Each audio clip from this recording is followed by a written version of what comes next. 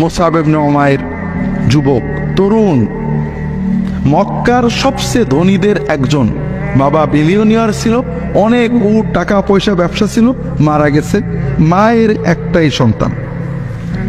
সকালে যে জামা পরে বিকেলে পরে না, এত দামি আতর পরে রাস্তায় গেলে মানুষ তাকিয়ে থাকে।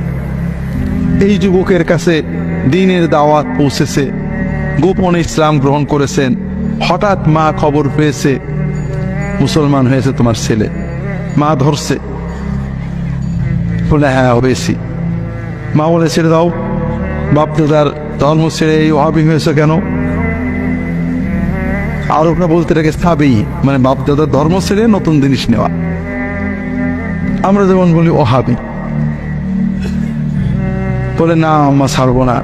মা অনুরোধ করেছে শুনিনি, মা জেদ করেছে শুনিনি, মায়ের জেদ বেড়েছে, মা ছেলেকে বেঁধে রেখেছে,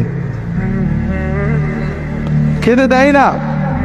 2-3 দিন চলে গেছে, মা আশা করছে যে ছেলে এখনই আমার কথা শুনে খাবে, ছেলে আর খাই না। মায়ের মন তো একজন বুঝিয়েছে, ছেলেকে বেঁধে মেরে ফেলে কি হবে, ছেড়ে দাও যা করে করো। শেষ পর্যন্ত মা ছেড়ে দিয়েছে, কিন্তু আমার বাড়ি তো ঠাই নেই। যে যুবক সকালে যে কাপড় পরতেন বিকালে পরতেন না, সেই যুবক একটা কাপড় নিয়ে হিজরত করলেন। রাসূলুল্লাহ সাল্লাল্লাহু আলাইহি ওয়াসাল্লাম দ্বাদশ নবুয়তি বছরে এই 12 জন মুসলমানের সাথে তাকে পাঠালেন মদিনায় দ্বীনের দাওয়াত দিতে। কি সুন্দর দাওয়াত দিয়েছেন। পরে 1 বছর না যাইতে মদিনার অধিকাংশ মানুষ মুসলমান হয়েছে এবং 75 জন লোক মুসলমান হয়ে নবীজিকে মদিনায় নেওয়ার জন্য নবুয়তের 13 বছরে জিলহজ মাসে হজের সময় মক্কায় চলে এসেছে। সুবহানাল্লাহ। কেমন দাওয়াত দিতেন! ওই মদিনার লোকেরাও বিরোধিতা করত।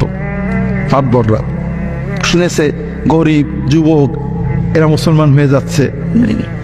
আওস এবং খাজরাজের যারা নেতা তারা খেপছে, ওই মক্কার থেকে একটা বদমাইশ আসছে, তাই না? আমাদের যুবকদেরকে নষ্ট করছে, এই সরল লোকদেরকে নষ্ট করছে। আচ্ছা যাচ্ছি, তরবারি নিয়ে গেছে। উনি তখন একটা খেজুরের বাগানে বসে আছেন। বলছে তোমার কি জানের মায়া আছে না নেই? জানের মায়া থেকে কেটে পড়ো, আমাদের যুব সমাজকে সাধারণ মানুষকে নষ্ট করো না।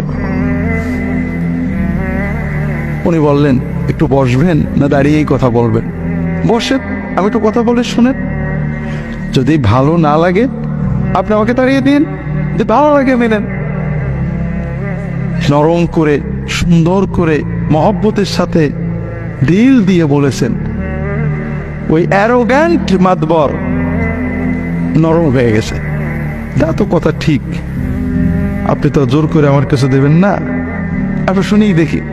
বসেছেন, ইসলামের কথা বুঝিয়েছেন, মহব্বত দিয়ে হৃদয় দিয়ে আদর দিয়ে সুন্দর করে বুঝিয়েছেন। ওই লোকটা ওই এক সিটিংয়েই সঙ্গে সঙ্গে মুসলমান হয়ে গেছে। এইভাবে বিনয়ের সাথে, ভালোবাসার সাথে, আদরের সাথে, তাকওয়ার সাথে হৃদয়ের সবটুকু অনুভূতি উজাড় করে দিয়ে মদিনার দাঁড়ে দাঁড়ে নারীর কাছে, পুরুষের কাছে, শিশুর কাছে, কিশোরের কাছে, মাতবরের কাছে, কমন পিপুলের কাছে মুসআব ইবনে উমাইর গিয়েছেন, তার সাথীরা গিয়েছেন। আস্তে আস্তে মদিনার অর্ধেকের বেশি মানুষ মুসলমান হয়ে গেল।